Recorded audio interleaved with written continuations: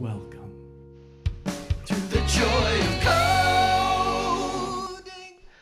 Hello, and welcome to episode 83 of The Joy of Coding. My name is Mike Conley. We're going to be doing a lot of hacking on Firefox today. I hope you enjoyed the break. I did. Last week I didn't have an episode. I was traveling. I'm back now, but we are getting into the holiday season, so episodes are going to get a little sparse. I'll go into details in just a second. First, let me share my screen. I hope you had a good week last week. I hope it was an effective one. I want to remind you, now that we're looking at my screen, that we're looking at the agenda, and that no plan survives breakfast. I've got like a list of things I'm hoping to do today in this episode. Might not get through them all, might get distracted, might only do one, might do zero. Who knows? But this is my go-to list of stuff if I ever am at a loss for things to do. Just double checking that you can hear me and that the audio is working. Yes. I want to remind you that, or mention to you that there will be no episode on December 28th. That's the episode after next. That's due to holidays. The winter holidays are coming up. I'm taking that week off. So there is an episode next week. There is no episode the week after. So I will, I guess, and I believe it's just the 28th that I'll be away for. So I think I'll be back the following week, and it will be the new year, and who knows, maybe I'll wear a funny hat. So just keeping you posted about that. Next, what are we doing today? Well, first of all, this agenda that we're looking at has like all these fancy pants links that you probably want to click, and you can't because you're looking at your video. You're looking at a video on the internet. You can't click a video for links unless it's got fancy annotations.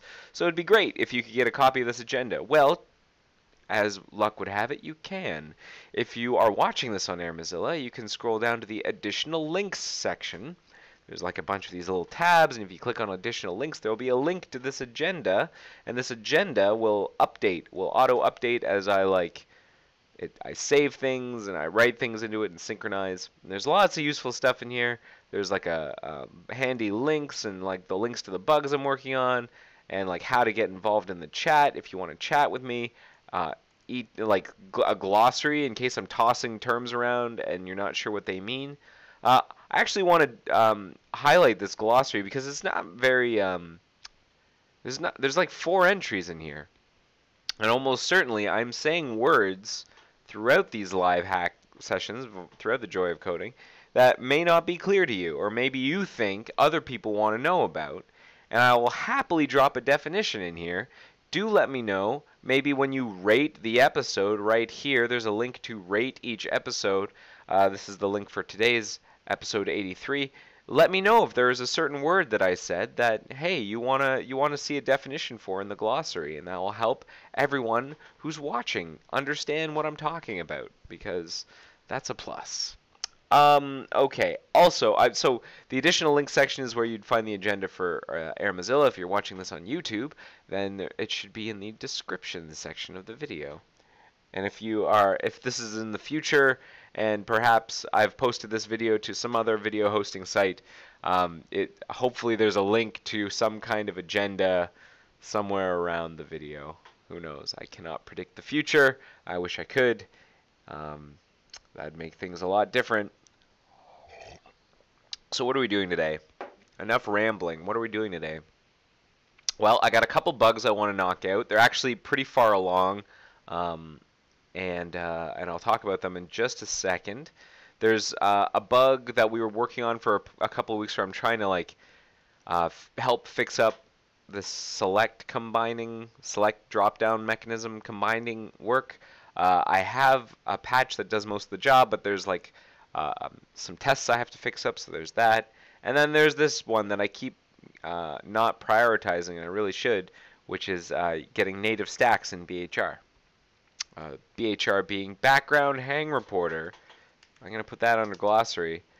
Background hang reporter, a thing that records information about when Firefox performs poorly and sends it over telemetry. Okay. Right. So let's get started. Let's just do it. Here we go! Okay. So what is this first one?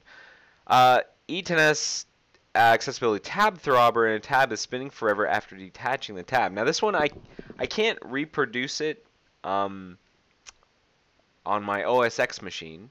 I can reproduce it on my little Windows Surface device. The only problem is, or like the reason I can reproduce it on one and not the other is not because of like real differences in the hardware. It's like it's a race. This bug is about a race, and let me talk to you a little bit about the race. So let me first open the bug and you take a look at it. So here's what goes on. Whenever you drag, well, let me describe the bug. So here's what the steps were to reproduce the bug. Alice0775 White reported this. Alice is one of our the greatest bug finders in the history of Mozilla, in my opinion. Files fantastic bugs, super detailed steps to reproduce. I love it. And regression windows and everything. This is a perfect, if you want to look at an example of a perfect bug report and like a super useful bug report, this is it. I mean, look at what we've got here. We got a build identifier, the build that Alice was using, and they tried it on Nightly and Aurora. They told us like where it was reproducible, that disabling E10S seems to fix the problem, how often it's reproducible. In this case, it's like easily reproducible by Alice, and then exact steps to reproduce the problem, actual results, expected results, and then they even found a regression window.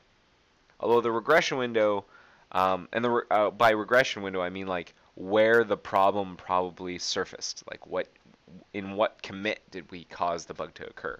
Now this regression window actually is a backout of a couple of different change sets. And because this is a race, this particular bug, it's possible that removing or changing the timing of sort of unrelated things impacted this bug or made this bug more likely to occur in certain conditions. That's one of the problems with races and non-determinism in general in software, is things don't always go the same for everybody, and sometimes you change one thing over here and that will affect the non-determinism and races and stuff. So what's the bug? So if you were to have a browser window open and you open two About Home tabs so that they're both just sitting there fully loaded, and then you take one of those About Home tabs and you drag it out into its own window, because you can do that. You can take a tab and you can drag it out like that. Then the problem is that the tab spinner, that's the thing that shows up here, not the tab switch spinner, that's the one that's a different one, but the tab throbber thing in the actual tab itself will spin forever. It's almost like it's doing a load and it just never stops. And that's pretty bad. Well, I mean, it's not the worst thing in the world. It's wasting paints, and it makes the user think that there's something going on when nothing's going on. And I understand where the bug is. But to explain where the bug is, you kind of have to understand how Tabterra works. And I'm going to just give you a very high-level explanation of how it works. When we tear a tab out of the browser window, we do a couple things. The first thing we do is we create a brand new browser window that has the initial tab loaded in it at about, how does this work? How do we do it? Hang on a second. I have to remember. Oh, yeah. It loads about blank. So the initial tab opens up and it loads about blank in that first window. And then we do what's called a frame loader swap between the tab that you're dragging out and the one in the window that we just opened. So we swap the frame loaders, which effectively moves this content area, the stuff that we're looking at here, and essentially does a brain transplant between the two tabs. So then in the new window you've got your what you just tore out, And in the old tab, which is still open, the about blank, the initial about blank from the first window has been swapped. And then we close that old tab. So it's like a 3-step process. You tear out and then you create a new window with about blank. That's the first step. Then you swap the tabs and then you close the old tab. And that's how a tear out works. So there's a lot that goes on there, or more than you may have realized that goes on there. So one of the things that occurs when we do that tab tear out is we load that initial about blank tab. And that initial about blank tab is not very interesting. We don't normally care about the initial about blank tab. And one of the problems is that normally we ignore the information that comes from that initial about blank tab, but with E10S there was a bug where we actually listened to it. And one of the things that we listened to it for were like, I'm loading. I have started to load. That's one of the messages that might come up from an about blank tab, or any tab that you like load something into. It can send this message that says I'm entering the loading state, and that is what puts the little spinner up in the tab. So we tear out the window, about blank will load, and then it will tell the listener and the parent, I am loading. So then the little tab throbber happens. Then we do the swap, and then we close the old one. But what we did was we swapped with a browser, like the About Home page, that was fully loaded already. So we do a swap on a browser with a browser that is already fully loaded that will never say I'm done loading. So what we effectively have done is we have told the tab I have started to load, do a swap, but then nothing ever tells it I finished loading or I canceled loading or I stopped loading. We just leave it there. We just leave it hanging and it spins. And the race is because sometimes we get that I am loading message and sometimes we don't. And the solution here, I think, or the solution I have proposed in my patch here is to ignore. This is something Firefox has done for a long, long time, and we just kind of broke it with E10S, is we want to ignore the initial signals from the initial about blank, because when we first create a browser, it creates an about blank content viewer. That's like this special just blank.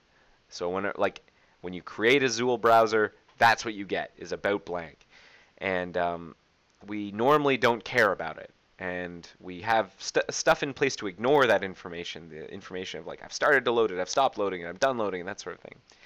And we normally ignored it, and we've stopped ignoring it. So we're paying attention to it now, and we shouldn't be. And that was actually my fault. I have a comment in here in a patch that kind of explains how it's my fault. I put a little sad face here, but basically I put a false when I put a should, but when I put a shoulda.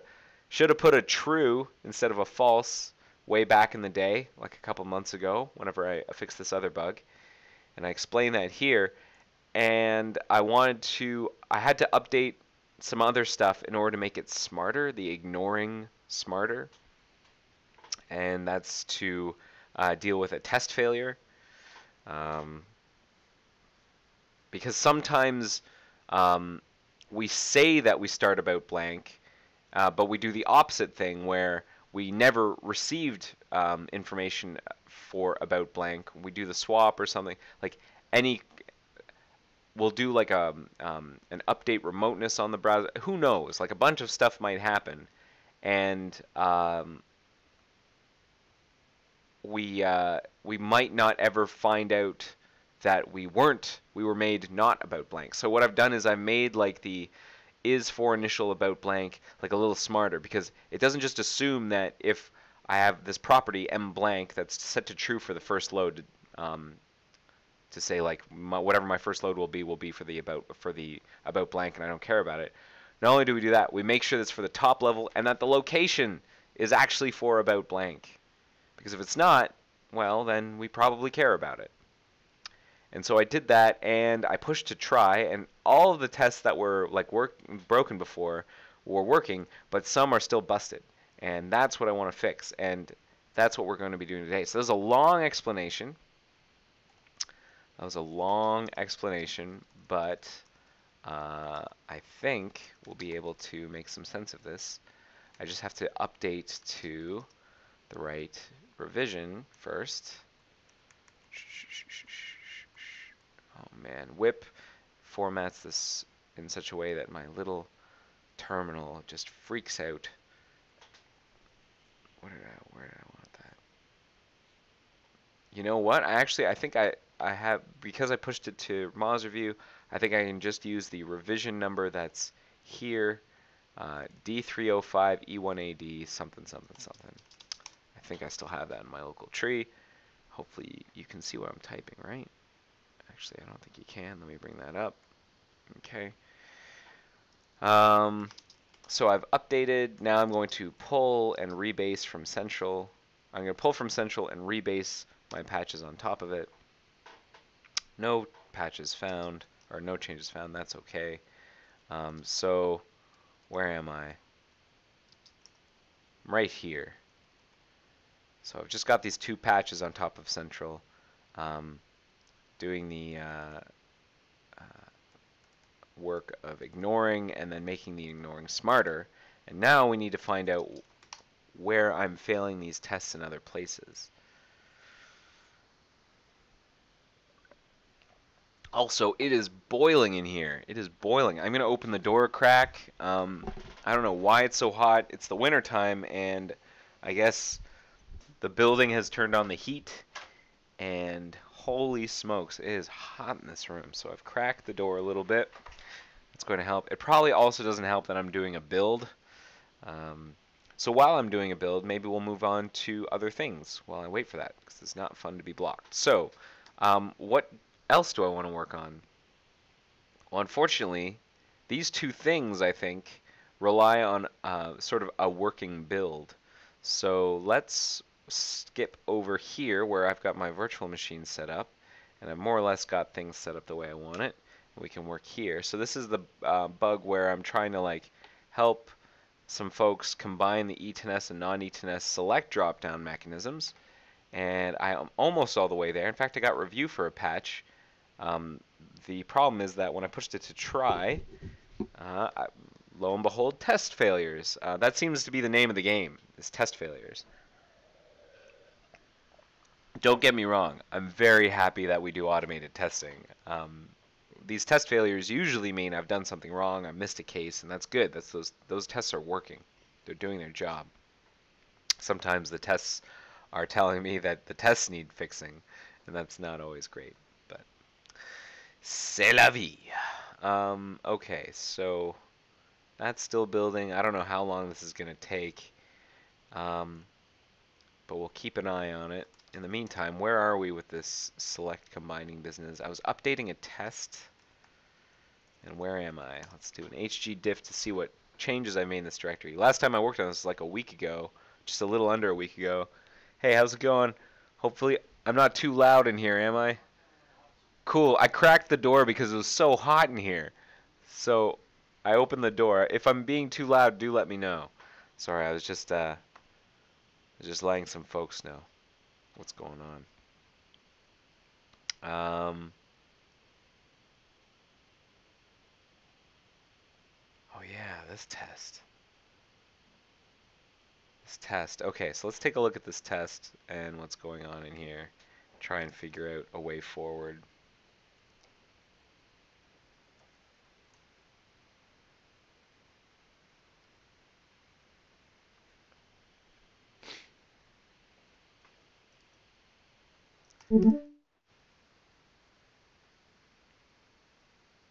Someone is asking me a question. Someone named the doer. And they've PM'd me, I think. Or maybe, I don't know where they've asked me. Let me see if I can find them. Hopefully I can be useful. Oh man, where did that chat message come from? Gotta find the channel. Oh yeah, it was a PM. Collapse archives. So, how do you take care of it? So let's see. Did you answer Okay, well, I've responded with a question, and we'll see what they think. Okay. So what does this test do? This test is for some select drop-down stuff, and I'm, there's a bunch of garbage in here that I added, like logging, to try and figure out what was happening. But basically, we have like all these select drop-downs. Like, I'm gonna summarize what this test tries to do. It attempts to um,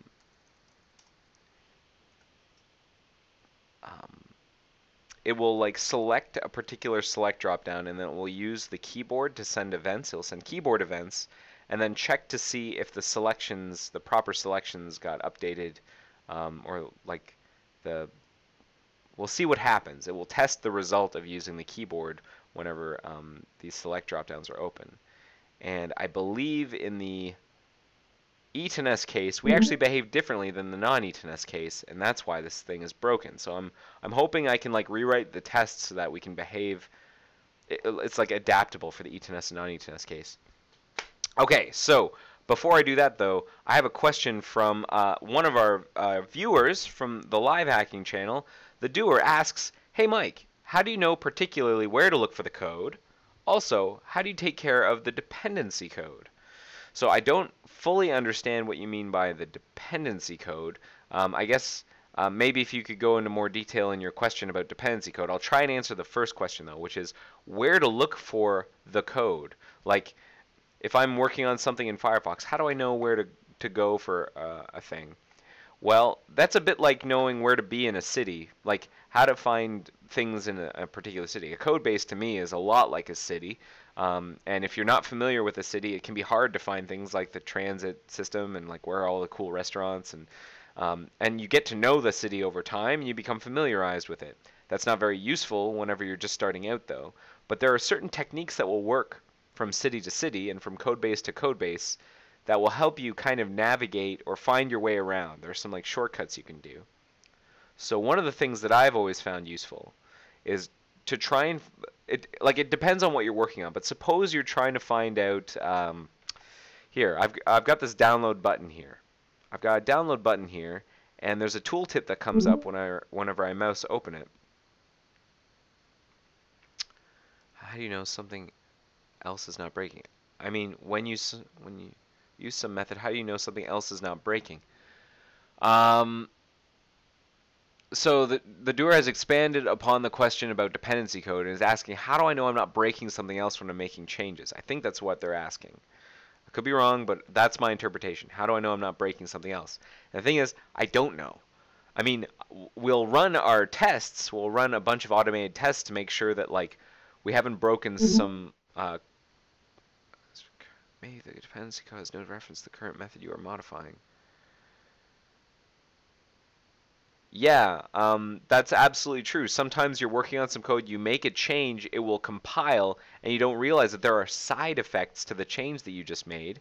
And that's where automated testing and code review really comes in. I mean, those are the techniques that we use to try and smoke these things out.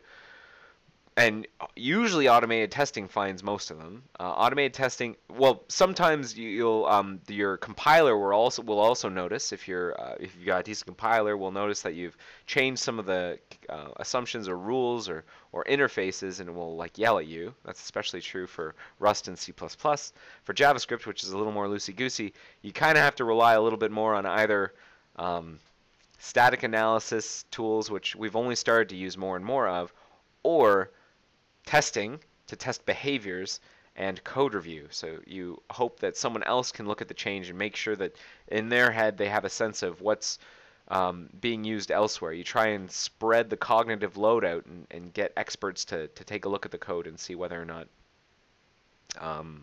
your change will impact something. And then you land the patch and you just you listen for bug reports. You just try and make sure that you test it nightly. We don't immediately ship it to 500 million users. We like test it nightly, and we try and get people to poke at it and see whether or not it works. Get QA to try it from different angles until we're satisfied with it. And if we're not satisfied, then we fix it, or we turn it off, or we back it out, or all these different things. So I don't know if that is a great answer to your question, the doer, but like that's kind of how I think about it. Well, you have to remember though that every time you fix a bug, like chances are you've introduced a new one. And that's just kind of software. It's unfortunate, but that's my experience in software, is every time you fix a bug, chances are you've introduced another bug. However, what you always want to do is make sure that the bug that you've introduced is of lesser severity or lesser importance than the one you've just fixed. Sometimes you don't introduce a bug. Sometimes by fixing a bug, you will have caused it greater difficulty for someone maybe years down the line working in the same code to reason about something, and they might introduce a bug, so there are like second order effects. But yeah, I don't know if I have a really great answer beyond what I've already told you. I hope that was useful, that answer. Great question though. Thanks for asking it, and thanks for watching. So let's go back to what we were doing. I was looking at this test, and I was talking about how I want to like differentiate it between the ETNS mode and the non-ETNS mode. But it's more than just that. It's not just ETNS and non-ETNS. It's between opening the pop-up, the select drop-down, using the ETNS mechanism, which might be an ETNS mode or non-ETNS mode once we combine them, or using the old mechanism. So new mechanism versus old mechanism is what we're talking about here, and not ETNS, non-ETNS. Excuse me. No problem, the doer. So let's cause this test to fail. Let's do that first. I think I'm set up to do that. What's the test? 96136. 9613663. All right, let's run that test.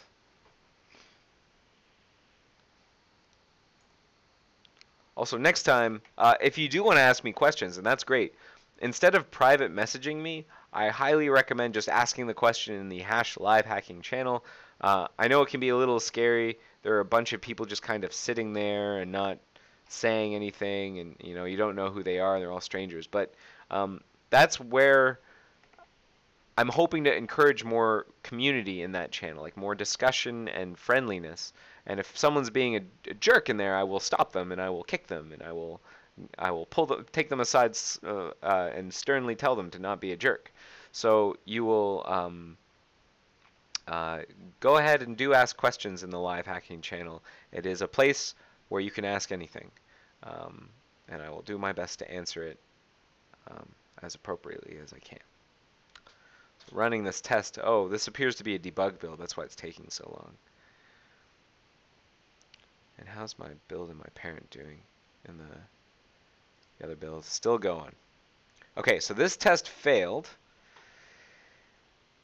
We failed a couple of conditions. What were the conditions that we failed? Whoopsie daisy.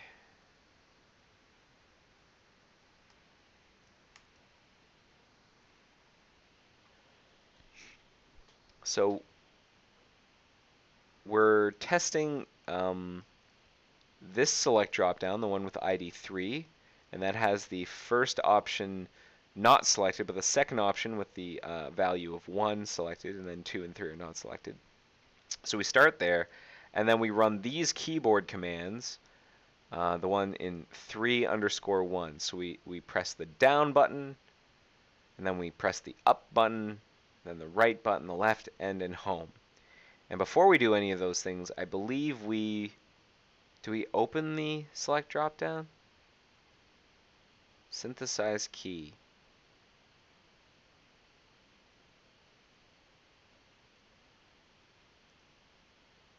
Interesting, we don't. We just press the down button.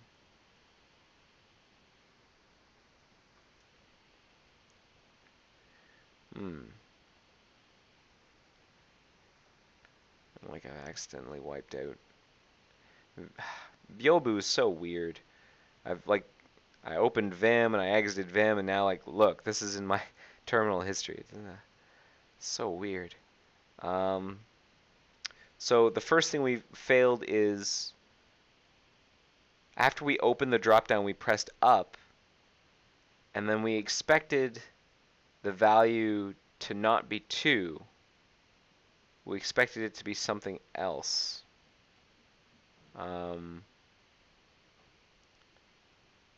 But didn't expect 2, but got it, it says. So 2 is selected after pressing down. So that's interesting. Like, we pressed the down arrow with this selected, and that changed the selection to 2. So let's see if we can reproduce that just manually. That might be interesting.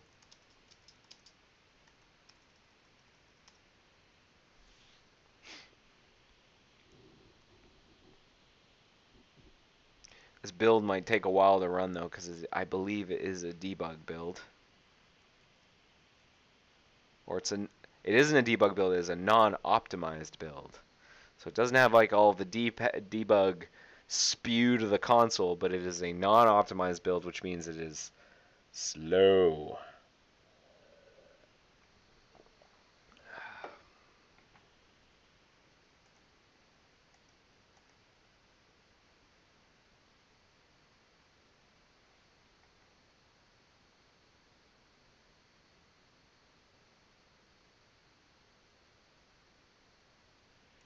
Okay. So, oh, that's interesting. I've got that in there, like a sort of an example. I'm going to drop this other example. Whoops. What is that? That's not what I wanted to do. I want to get rid of select,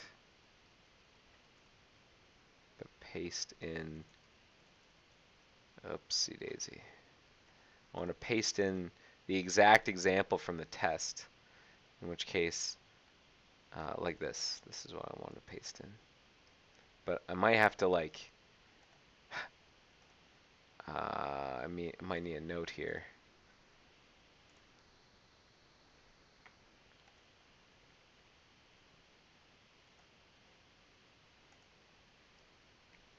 I need a note to like put these all in a line for the data URI. For the data URI, because that's what we're using here. I'm using a data URI. All right. I'll put it back, actually. Whoopsie daisy. I'm hitting all the wrong keyboard shortcuts. All right. Copy. Open. In VM. Switch to browser. Paste. Whoops. Paste. There we go. So, suppose I focus that. If I hit the down arrow, notice that the selection is changing. That's interesting. And if I were to do that in, that's using the new mechanism. If I use the old mechanism, what happens? Let's try and compare. Compare and contrast.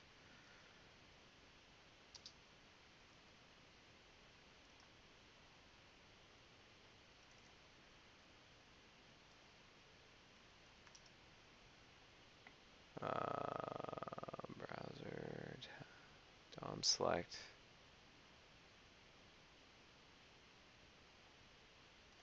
Oh wait, I can do that by opening in a non-ETNS window here. That's what I want to do. So suppose I focus that and then hit down. That is the correct behavior. That's the behavior we expected before. So we had like 1 was selected. I hit the down arrow. 2 should be selected. So what's the dealio? How come? Oh yeah. This is what we expect. Down should be. We hit down, and true. Yeah. 0, 1. 2 should be selected. That's fine.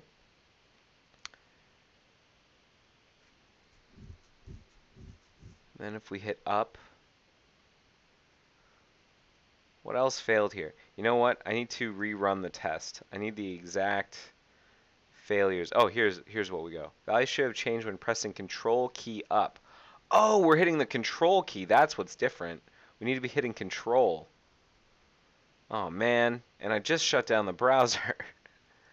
Ah, that's what I need to be comparing against. Oh man, this episode is going slowly. Sorry about that.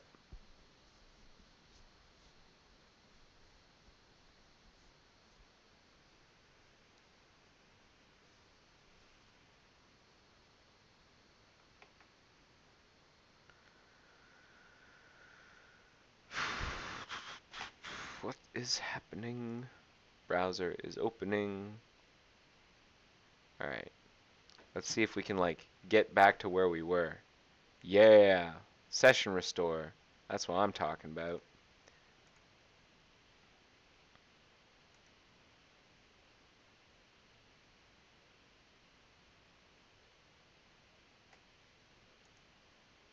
Okay, and we'll open a non-ETNS window here to compare against.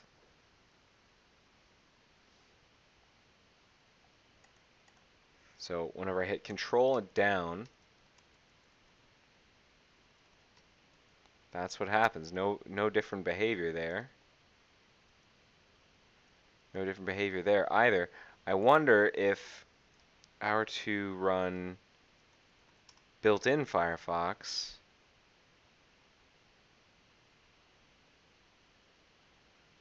Ooh.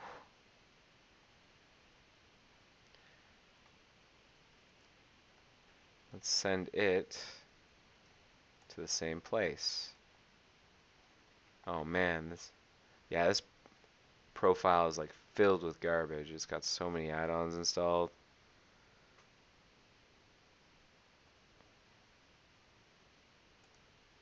Oh, you know what? What is wrong? I'm gonna disable a bunch of these. Disable, disable, disable, disable, disable, disable. Anyways.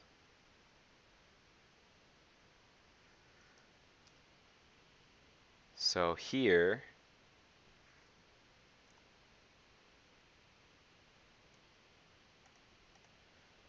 if I hit Control down,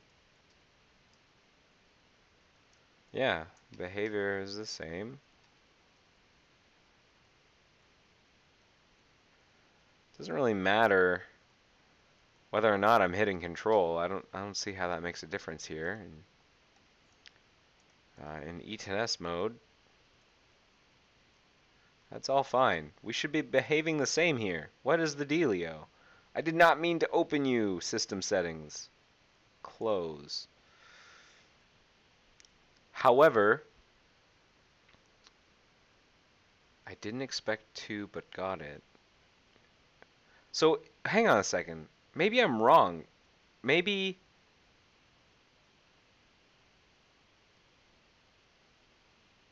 How come we have this differentiation here?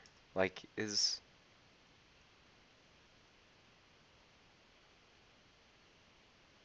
maybe this doesn't make sense. Let me for a second just do this. This is some sloppy stuff, but now I've shared the rules between the parent, like the old school select drop down, the non-old school.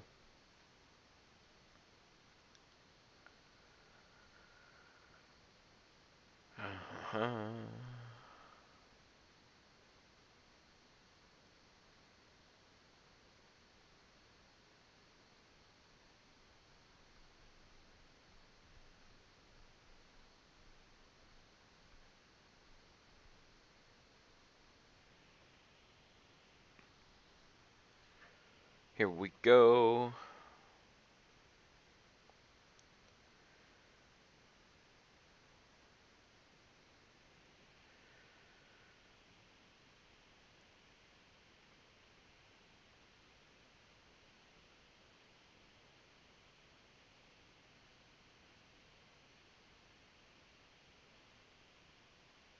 Interesting. Okay. So the problem, let me um, let me get a proper note put together for this. What bug am I working on right now?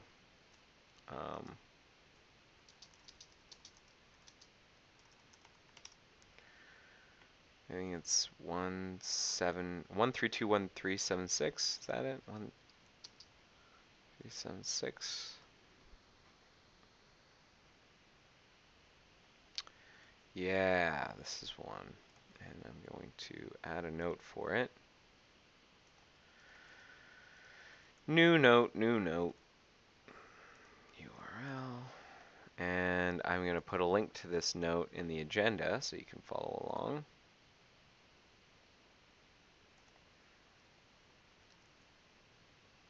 There you go. There you go. Now the this thing that I was using, that's actually more applicable over here. And then like I want the test output. I want to know why this is failing. And let's see what our test output is.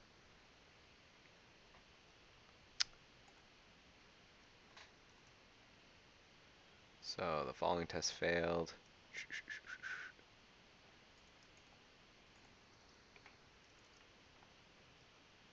Actually, put this inside a little pre-formatted bucket there. Okay, so value should change while testing control key up on select 3. Didn't expect to, but got it.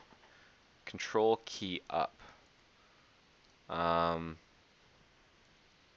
What would help? Well, I guess there's only one up, and that's this one.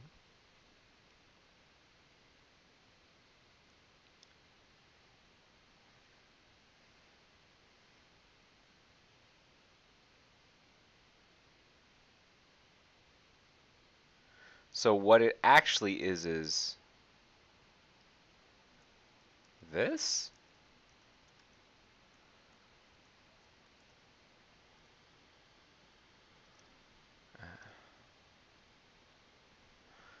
Maybe I need to take a look at the original unmodified test. What is this? 961363.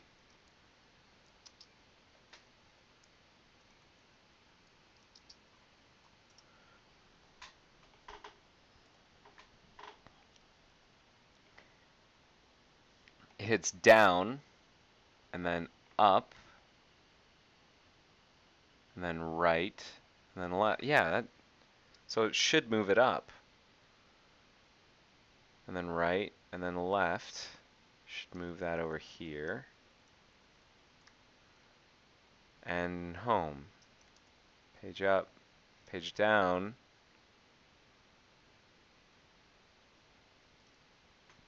Okay, let's see what happens now when I run that.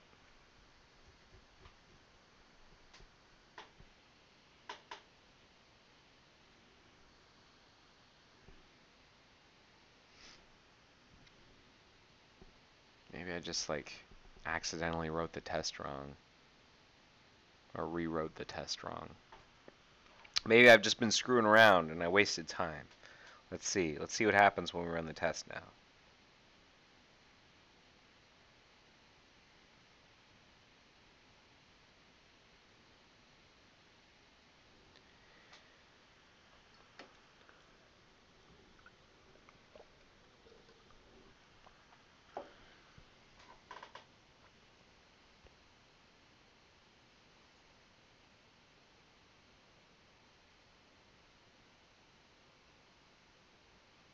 Aha! Some failures there. So, still failed whenever I put it back. Failed. Value should have changed while testing control key up.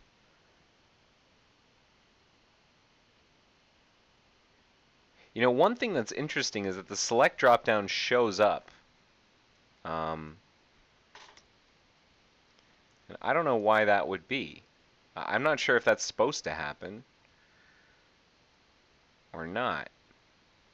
Whenever if I run it with the disable E10S, does it show up?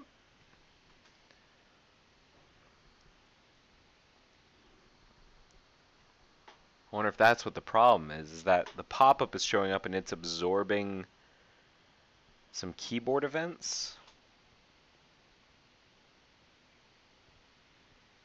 when it shouldn't be. Whew. Still warm in here.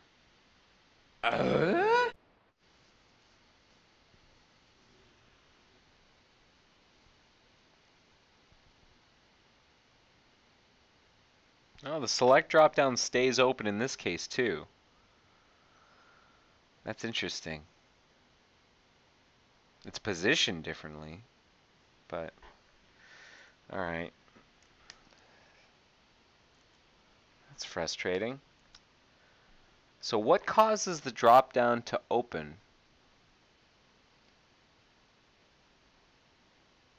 Synthesize. Oh, we press the spacebar button right here. We press Control spacebar.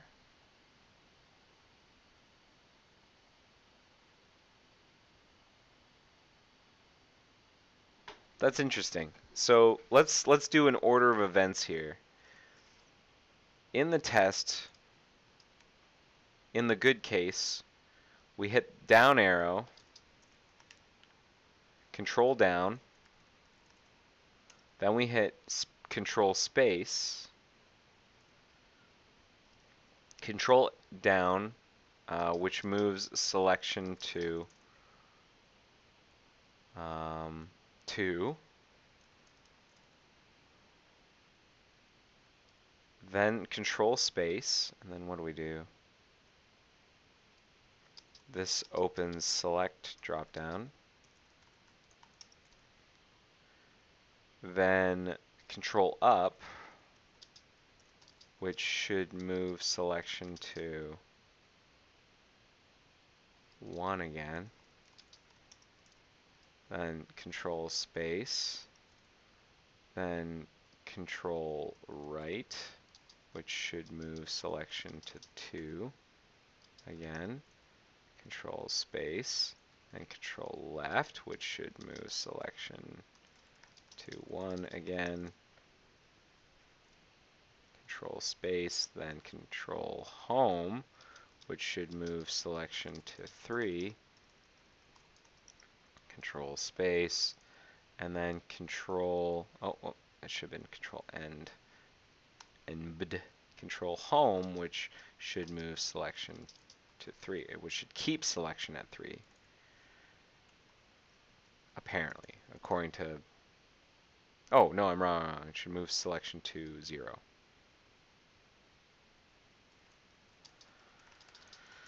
And then that's it. So let's see if we can reproduce that now using Mach-Run. We're going to run through these actions manually and see what happens. Meanwhile, our build over here finished. So that's good. And where were we with this? We were looking at these failing tests over here. I don't want to get too distracted, but while I wait for, oh, alright, that's done. Alright, so we'll get back to Flux. Okay. We'll just start with this for now, and we'll move on. So, control, I'm going to open up my notes over here.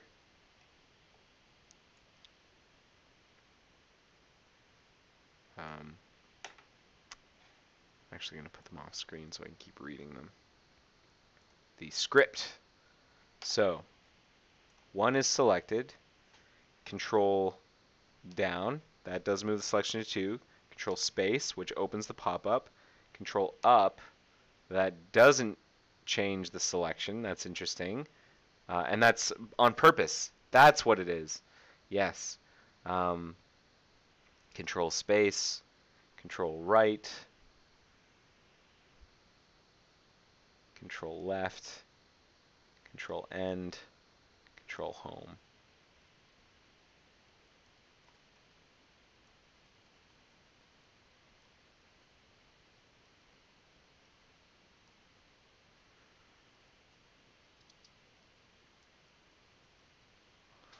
Okay.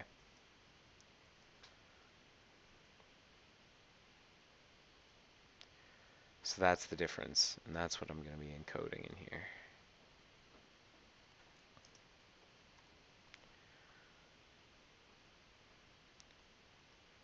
Control down does move the selection down, but then up if not, special powers is main process.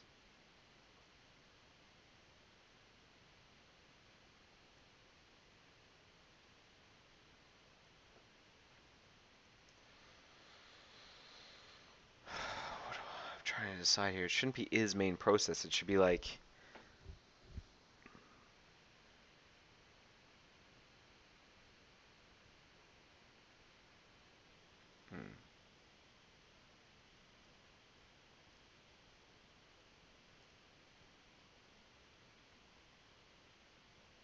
actually, we'll do this for now.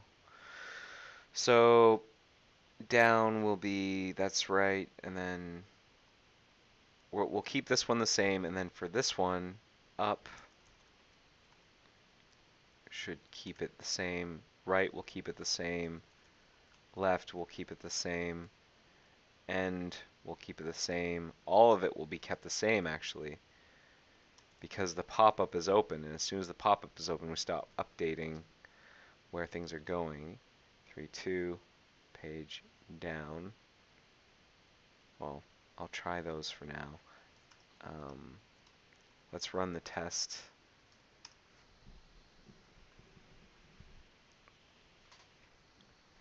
And then let's go back to this other one.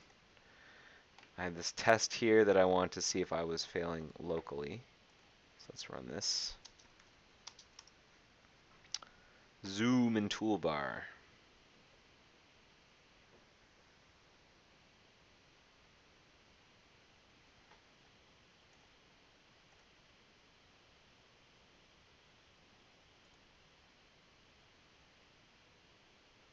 Oh, this is a debug build. Oh no. For some reason I made a debug build. It's gonna take a while. Man.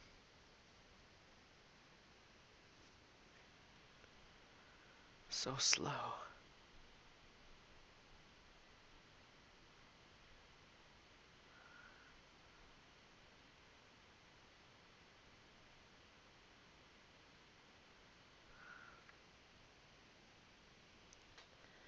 So something happened there, but I don't know if it was good.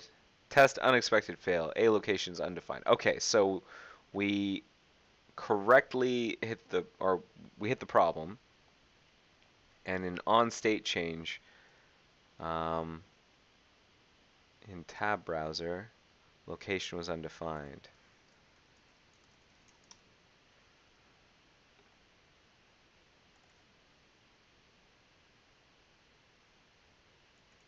Ah, so location might not exist.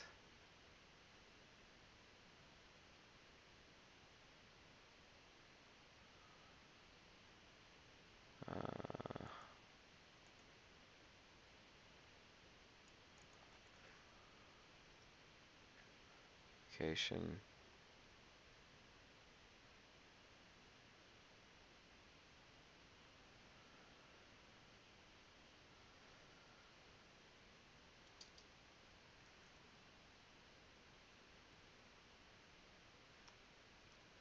So I could do that way.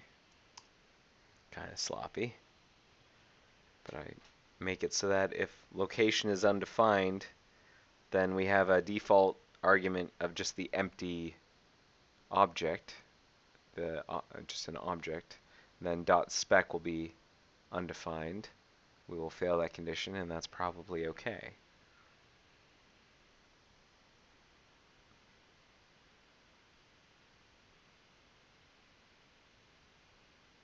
But I don't know if I really like that solution. It's not very explicit. Feels fragile. What I might do instead is just like check to see if a location is null.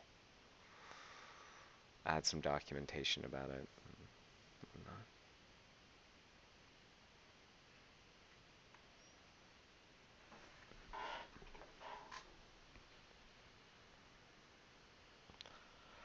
How'd our test do down here? Failed. Failed.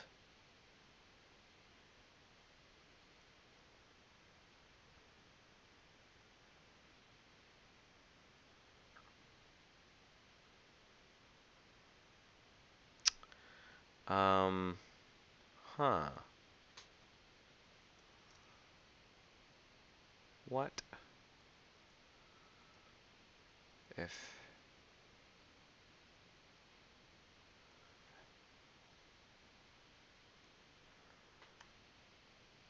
maybe this branch isn't even running? Let me double check. And then over here we passed. Okay, so what I'm going to do is instead of doing this business, I'm going to say let location equal a location, or location dot spec, or there we go.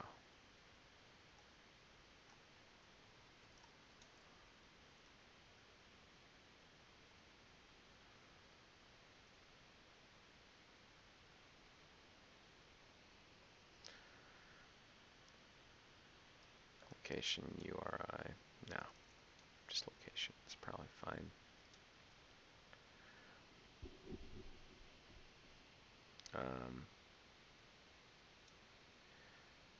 Now what? I think there were some other failures here. Was it all for the same one? Zoom in toolbar. Auto submit request. Let's do this one.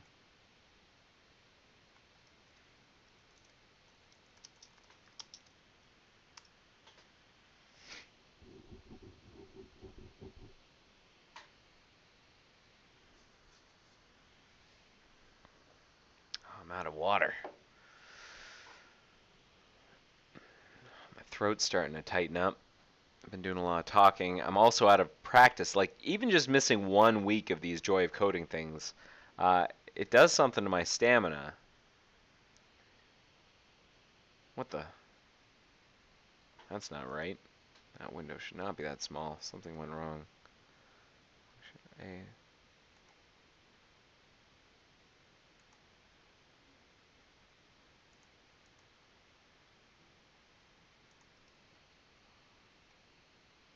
Something's wrong. Get tab for content windows not function. Missing colon in conditional expression in 595. Colon. Oh, that's why it is. Should be a colon, not an or.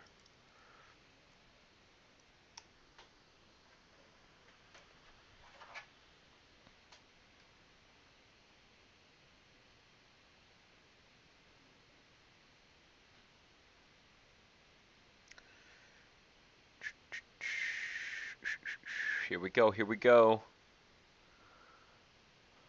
Drum roll.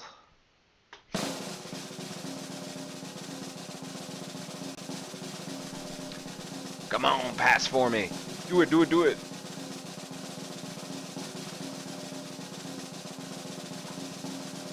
Might need more drum roll here because the debug build takes longer.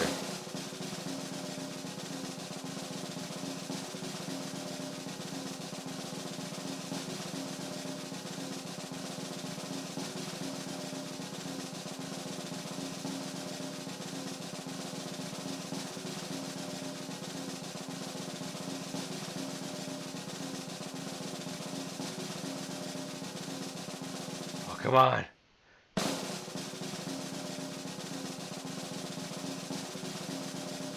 Pass for me. You can do it. The longest drum roll I've ever done. Oh, debug builds. Why are you so slow?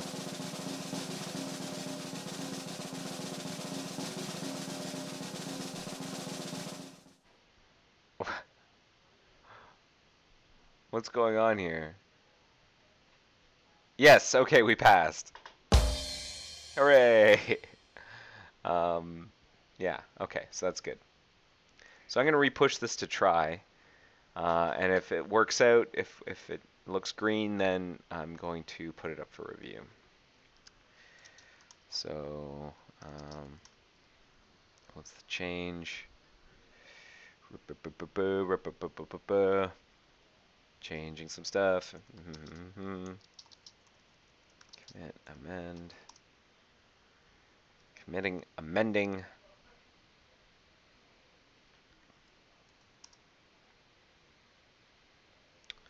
And then we'll repush to try with these rules.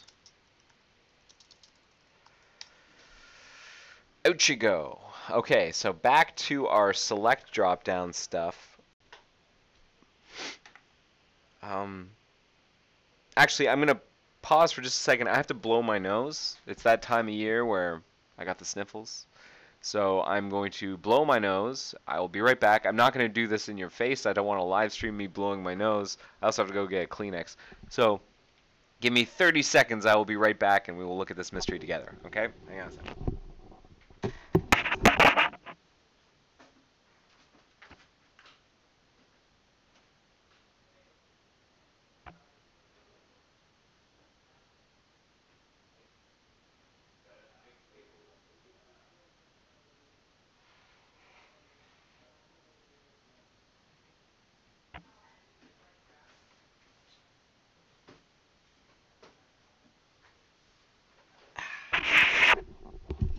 And we're back.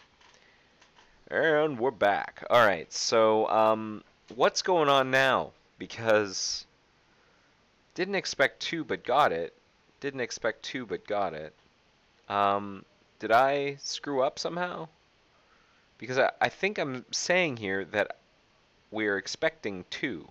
2 being the, because of zero indexing, the third item being selected. This one. Didn't expect 2 but got it.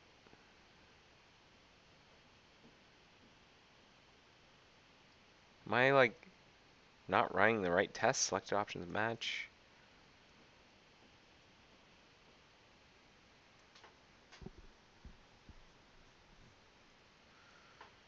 Is cell data.s.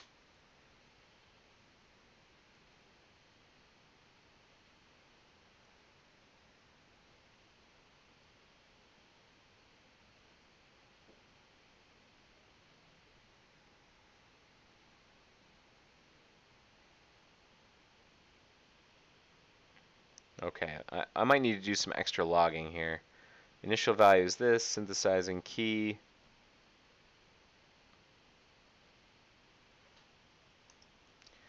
Dump. Selected item is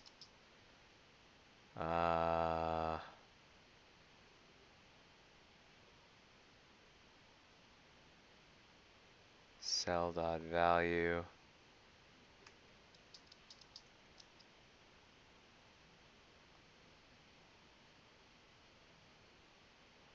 Map.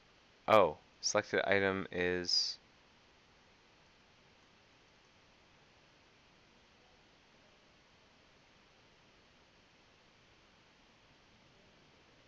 JSON stringify. I don't know what cell is. Let's JSON stringify it. And expected is JSON stringify data s. No. Just gonna print stuff out. We're gonna see if we can solve this mystery by printing stuff out. Sometimes that's what you gotta do. Meanwhile, did this other thing push to try? It did! Hooray! So, that's going on.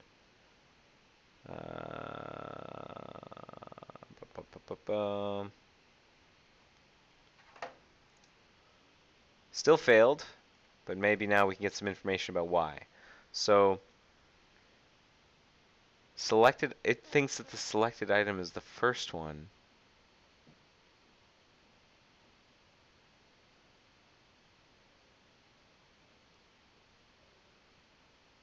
Wait a second.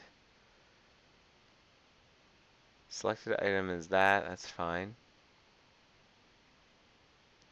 selected item.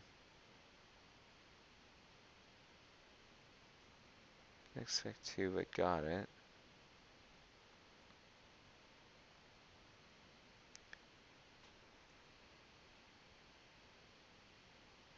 So we do the dump and then we do the check.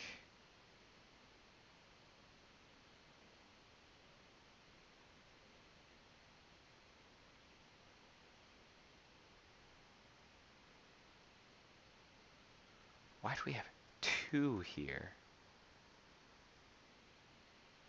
Didn't expect 2, but got it.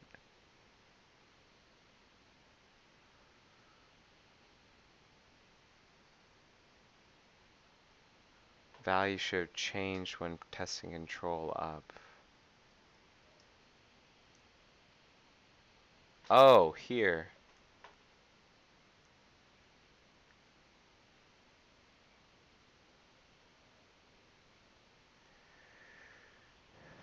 Should have changed when testing control up ID 3. So it's this one. Is not.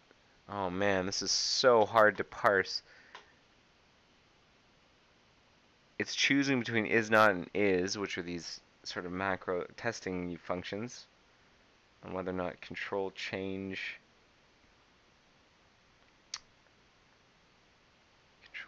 is true.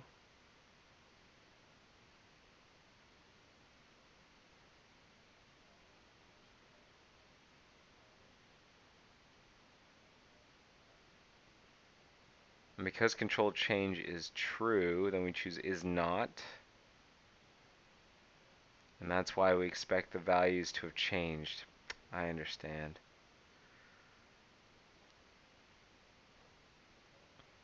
So if I were to, for example, change this to false, I suspect this test would now pass.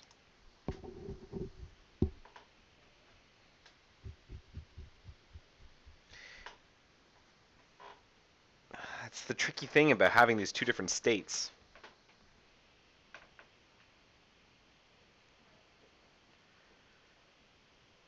What we might want to do is just kind of punt on this. Ah, what now? Got 2, expected 1, got 3, expected 2. What I'm thinking is we might want to punt and like just disable this test for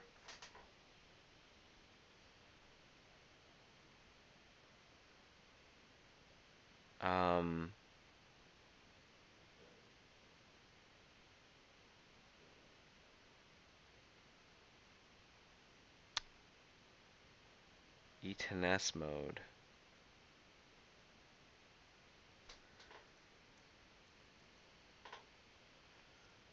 Like,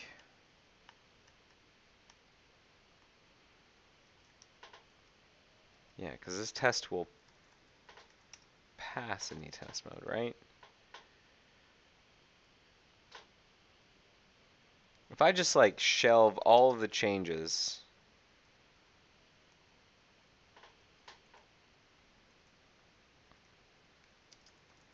in that file and then run the test in non-E10S mode, does the test pass? Because if so, what I think we might want to actually do is create a new test. Instead of trying to force the test to kind of be able to adapt to both modes,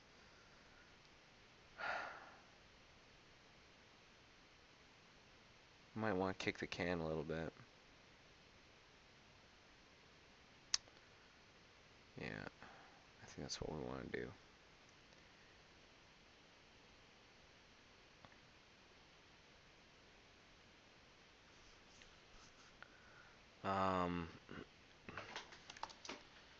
So what am I suggesting here?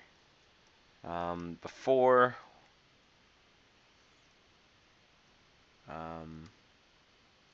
so many ums. I keep saying Grr.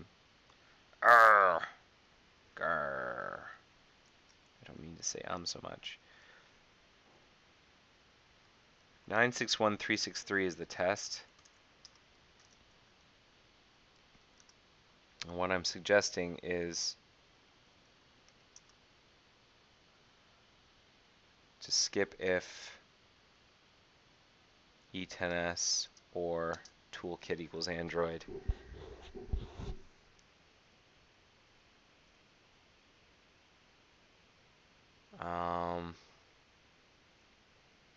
And then I will file a new bug.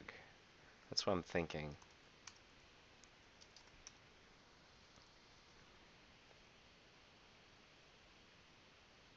Whoops, there's a typo. I accidentally put a backtick in there. And then revert toolkit module select content helper. Whoop, revert.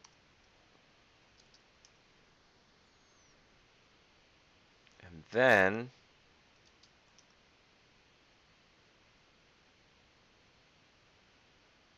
don't change select selection.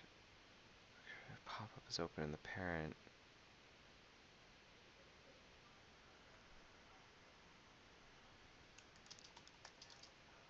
Bug 1321376. Disable.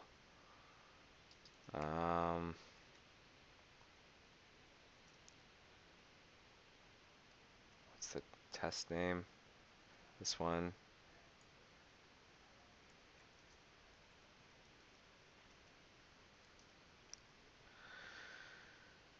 Disable for E10S mode.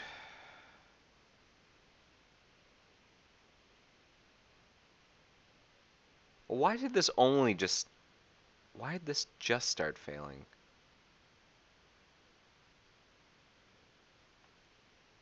Hang on a second. 367045. It's because this has been made true for both E10S and non-E10S.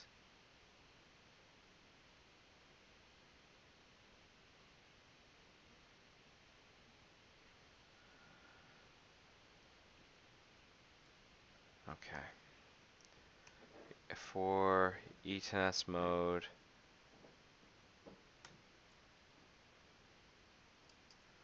until we can get a proper test written for the pop-up select drop-down in parent behavior. Okay.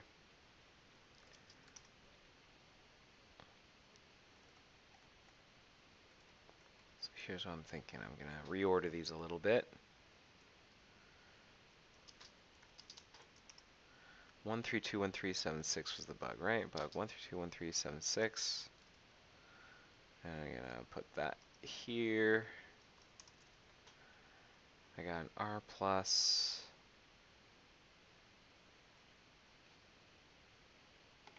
Do we need to handle this for the other keys? Good question. We might.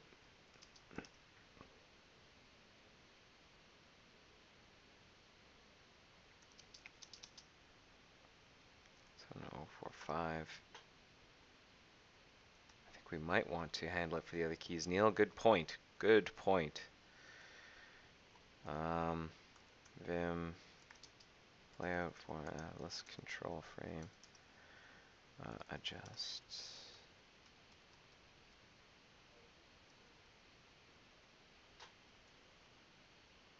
Should select by key.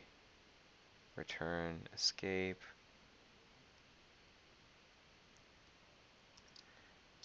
If select by key. Should select by key.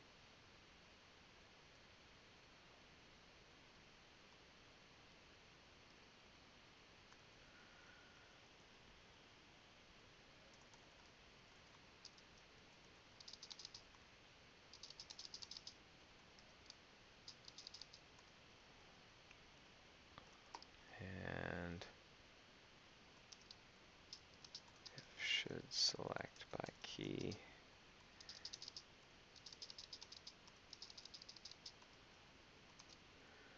If should select by key.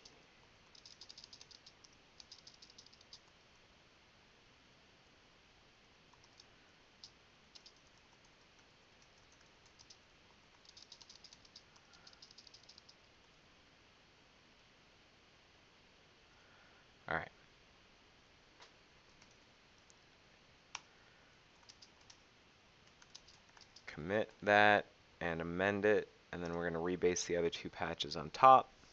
Then I'm going to build it, make sure it builds properly, then I'm going to push it to try, and then we will come back to that, or I will come back to that at a later date. 6, 7, 0,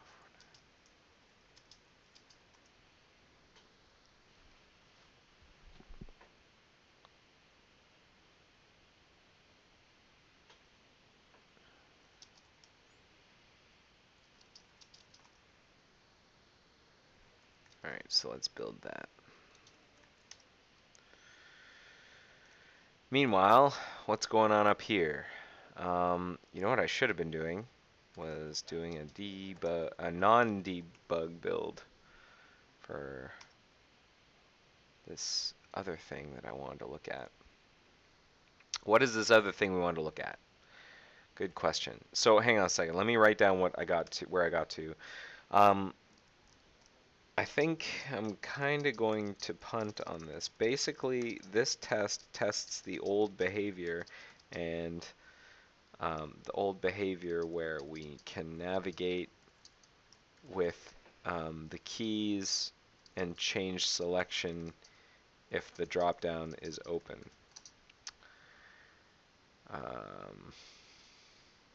I'm disabling the test for E10S for now, and when we flip the pref for opening the select drop-down in the parent, we'll have to just skip the test programmatically instead. Okay.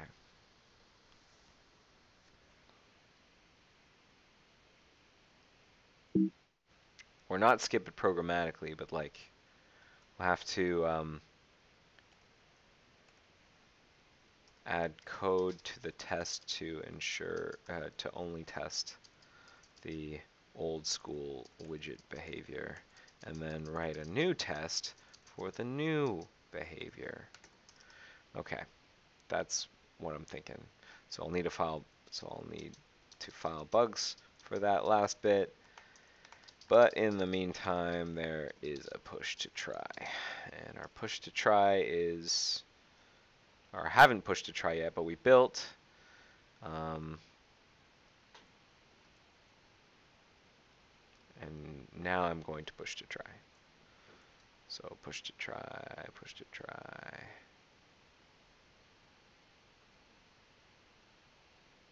There you go. This thing right there.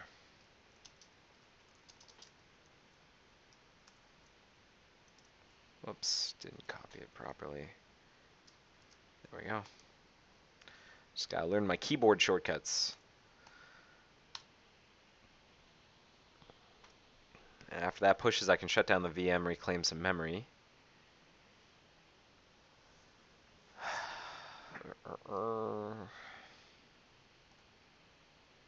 Hey, this is almost done building. That's great. Awesome.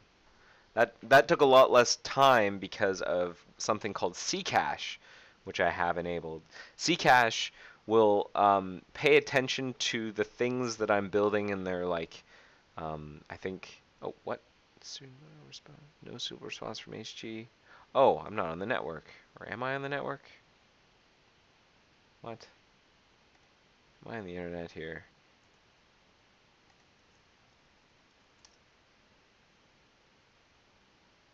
I'm not on the internet. Okay, let me just quickly change this thing to be on the internet. Oh yeah, that's why. Okay. Now it's on the internet. I just crashed the VM. There it is. It didn't crash the VM. It's still here. It just, for some reason, went away and came back. Now am I on the internet? Hello? Network adapter off. Network adapter on. Disconnect.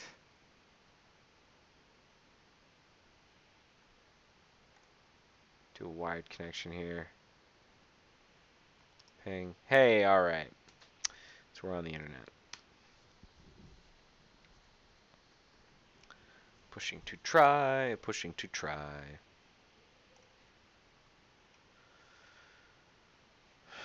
And so where have we gotten to?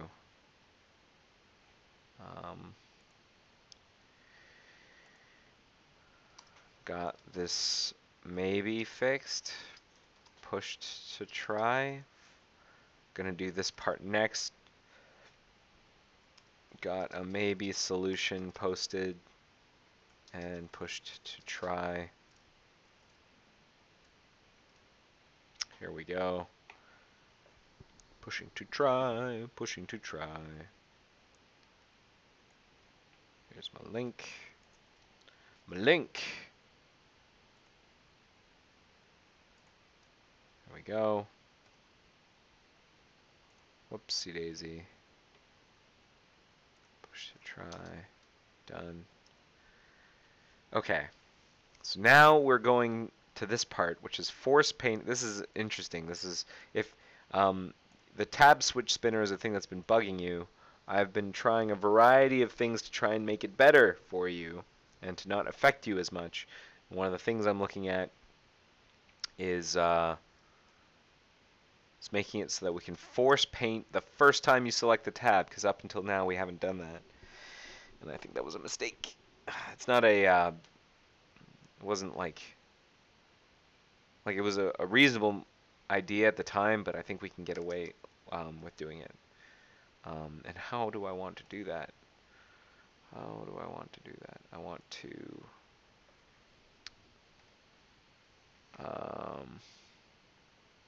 I pushed it to try, and I got these change IDs.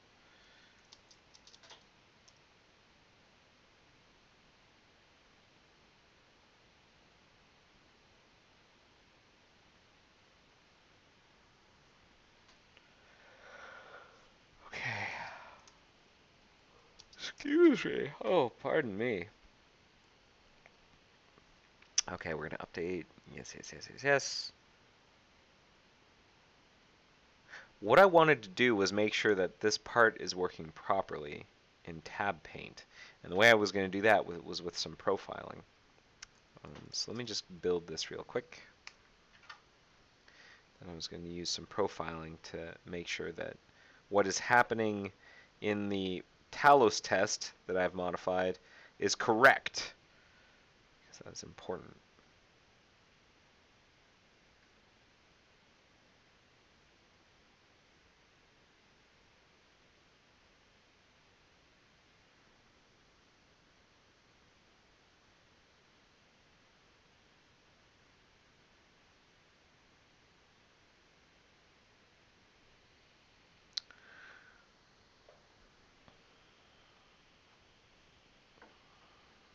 Come on, come on, come on, come on. What's the time? 2:25. I don't know if this is going to be quick. I don't. We might not be able to get all of this into the live stream, but I'll try. I will try. So what did I want to do? I want to run the Talos test, tab paint test, and what I'll do is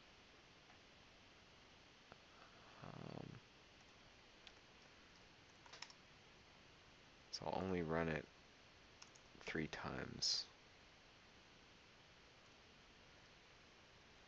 Tab paint. I'm gonna do the profiling bit. Hopefully this will work.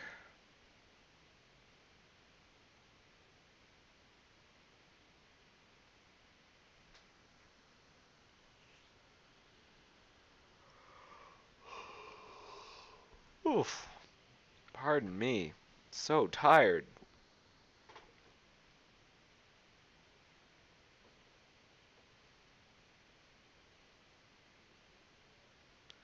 Doing some profiling. Ba ba ba ba ba ba ba ba ba. Doing some profiling. Gathering the profile. Downloading the symbols. Gonna symbolicate the profile. That's what this part is. The symbolication of the profile is what takes a while. And if that is not done in like 30... Oh, hey, alright. That's what I wanted to see.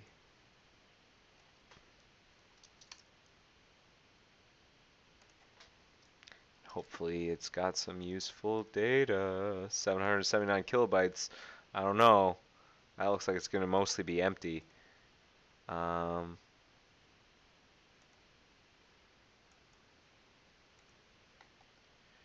don't think we got any of the content process here. First load, non-blank URI, tab paint. Yeah, I don't think this is profiling properly.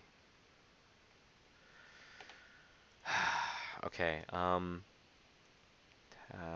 paint. Let me find the source code for it. Talos.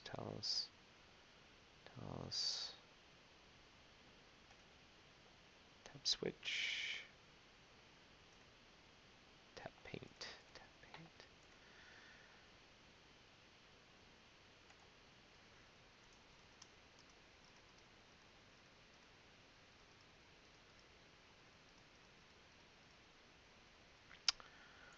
Profiler.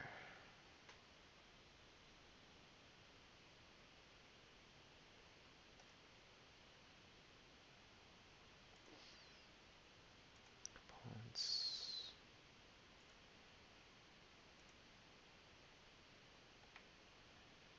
Parent profiler.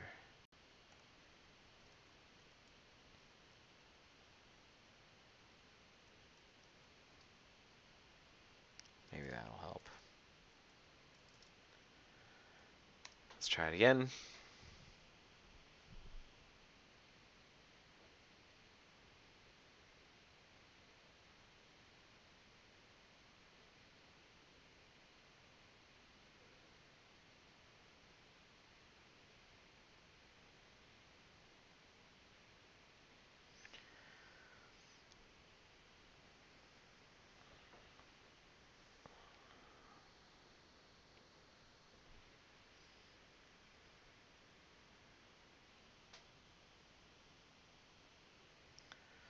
Profiles, symbolicates. There we go. So hopefully this is a little more illuminating. 1.2 megs, that's a bit better. More stuff in there, that's a good sign. Still don't have the content process, but that's good. We've got the parent process, and we've got like the two tests here. We just need to get the content process.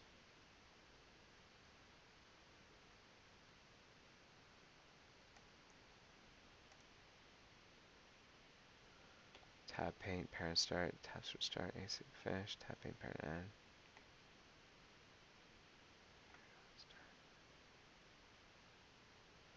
Okay. We need the we need the content process being profiled.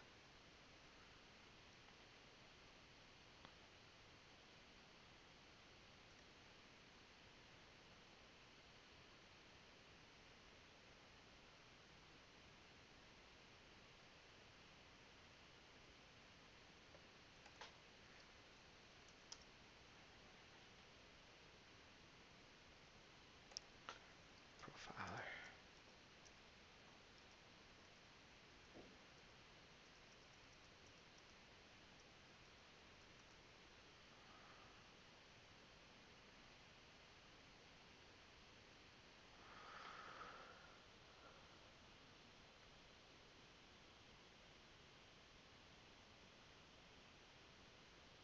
Trying to remember, what do I have to do in order to get useful profiles here?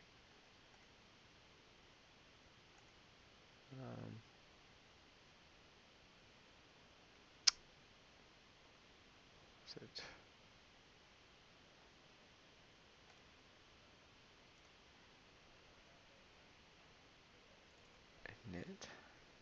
begin test. Page loader runs begin test.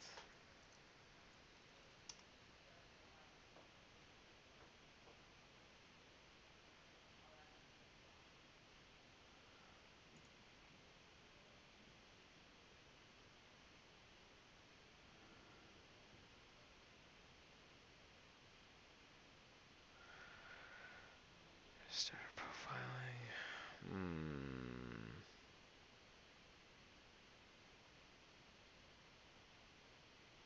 It's because we're not gathering the right threads. It says SPS profile threads, Gecko main, and compositor. We should be getting content in there as well. Gecko main compositor. SPS profile. We should definitely be adding other threads here. SPS profile or Talos.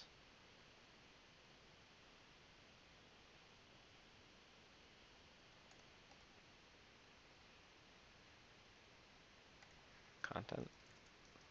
Let's try that.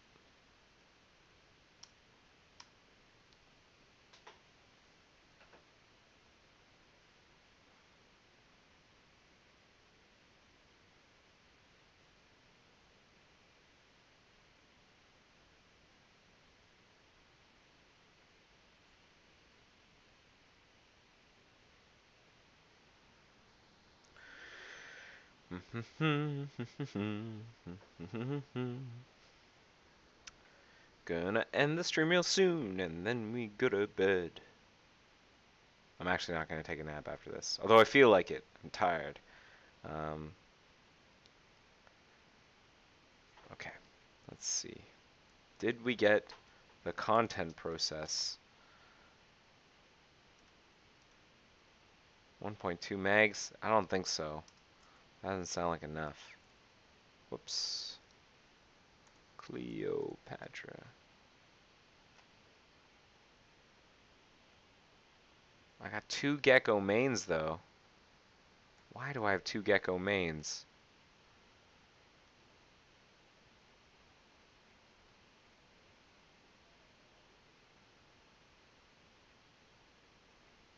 Is one of these actually the parent? There shouldn't be 2 Gecko mains. One of these, this is the content process. For some reason it's called Gecko main here. That doesn't make any sense.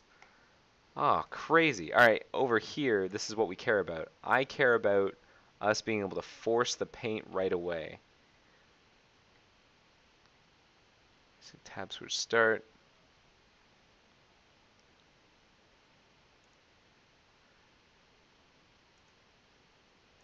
Do I force a paint?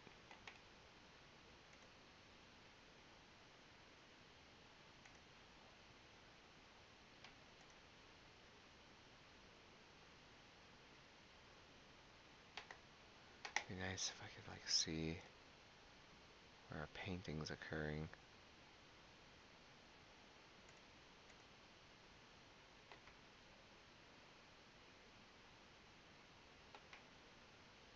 Message. Load remote script. What's that?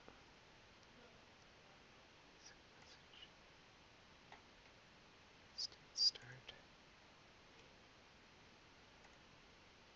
What I need are like markers saying that force paint occurred.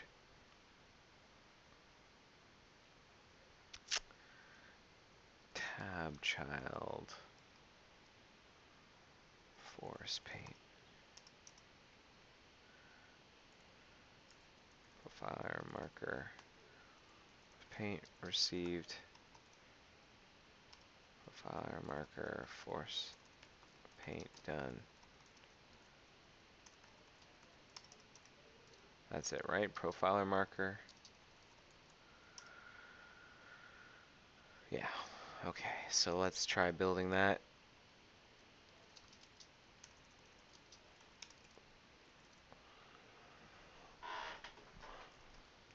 Why is the content process called Gecko main?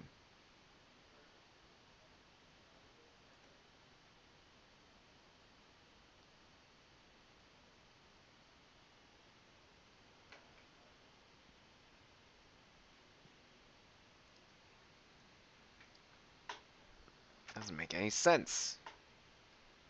Wonder if that was due to some of the work that Marcus has been doing. I don't want to blame the guy, but that might be Marcus. Who knows? Stretch!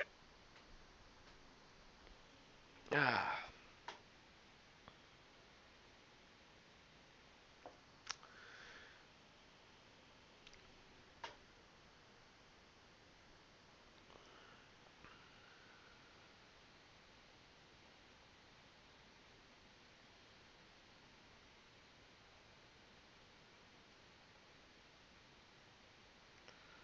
Alright, let's see what happened.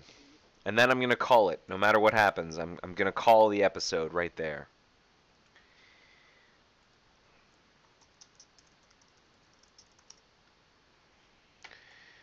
Alright, let's open this puppy up.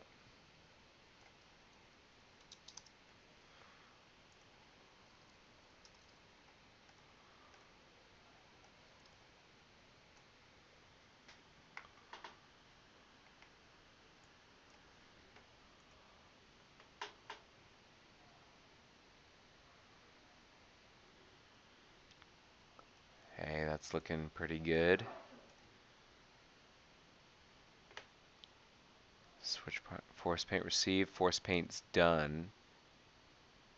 And then we get a layer here. Tab switch finished. Okay.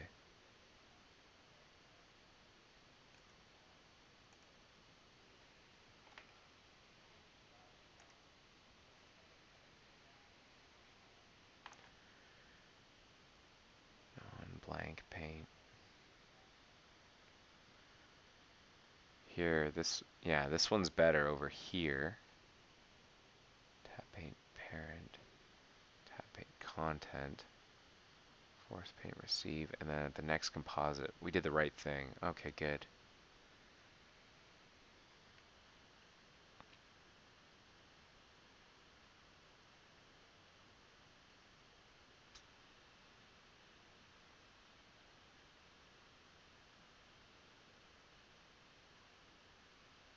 So we'll do a blank paint. Okay. Okay.